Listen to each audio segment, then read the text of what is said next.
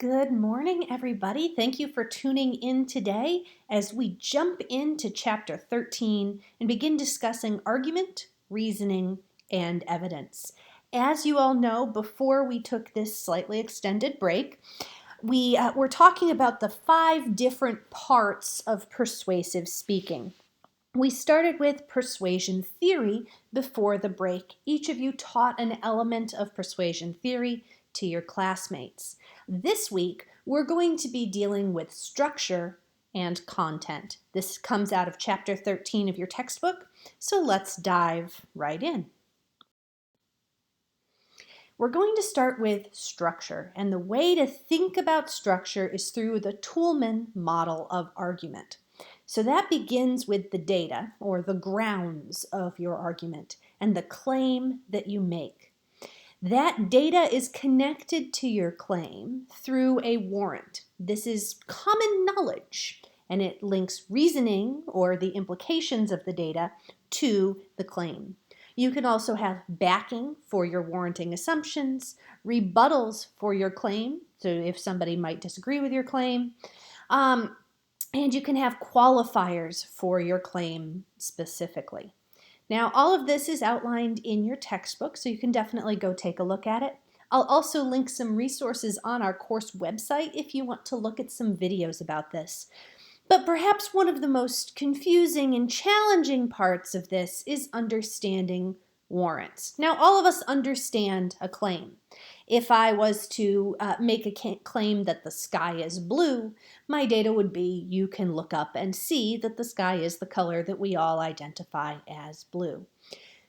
But those warrants, how do we identify what a warrant is?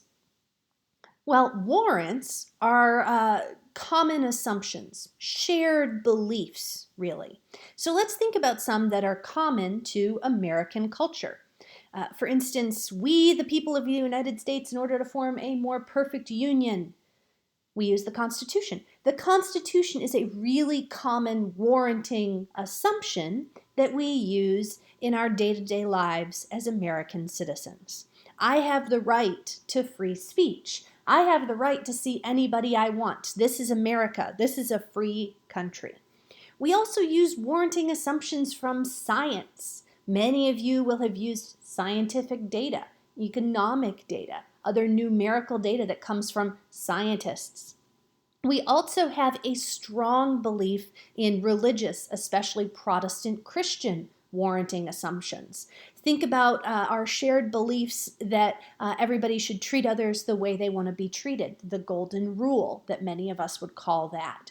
Other warranting assumptions come from assuming that people understand what Christianity is, all the way through folks who would say something like, the Bible says it, I believe it, that settles it. Those are the big assumptions, or some of the big assumptions, that we have in the United States. So let's dive a little bit into warrants and see how they actually work, those warranting assumptions, in arguments when we make them in our everyday lives. So I'm going to start by giving you an example of an argument. This is a picture of me when my hair was a little bit longer and pink instead of the purple that it is now. And I'm going to start with the claim, Dr. Meredith Styer is the best possible professor for teaching critical thinking and argumentation.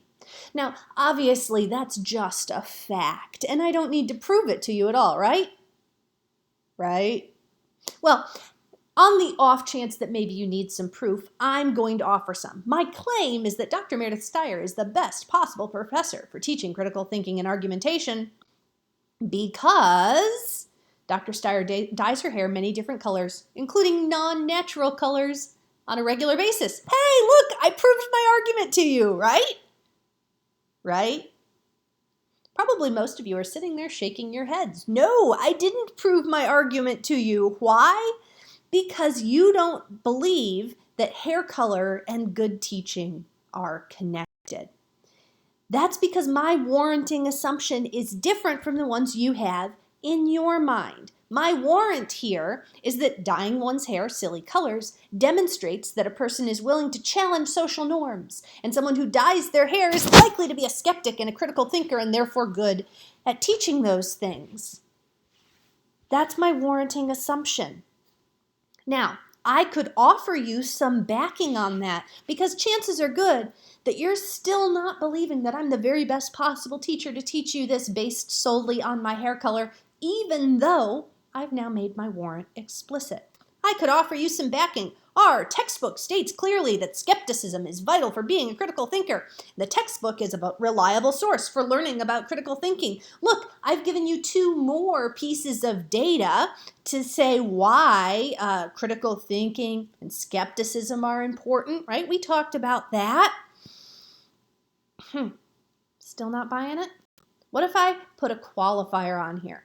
Dr. Styer is the best professor to teach critical thinking and argumentation because she dyes her hair all kinds of different non-natural colors. And since critical thinking and argumentation are subjects that require critical thinking from both the students and the teacher, and dyeing one's hair demonstrates skepticism and critical thinking, and our textbook says those are absolutely necessary, then Dr. Steyer's the best. I could even add some rebuttals and say, now, many of you would say that people can dye their hair for many different reasons, and hair color is not actually related to good teaching, but, and then I could give you some more information. Next, we're going to jump over and talk a little bit about an activity. This is the activity listed in your notes for today. So please go ahead to that participation activity and dive a little bit into understanding warrants.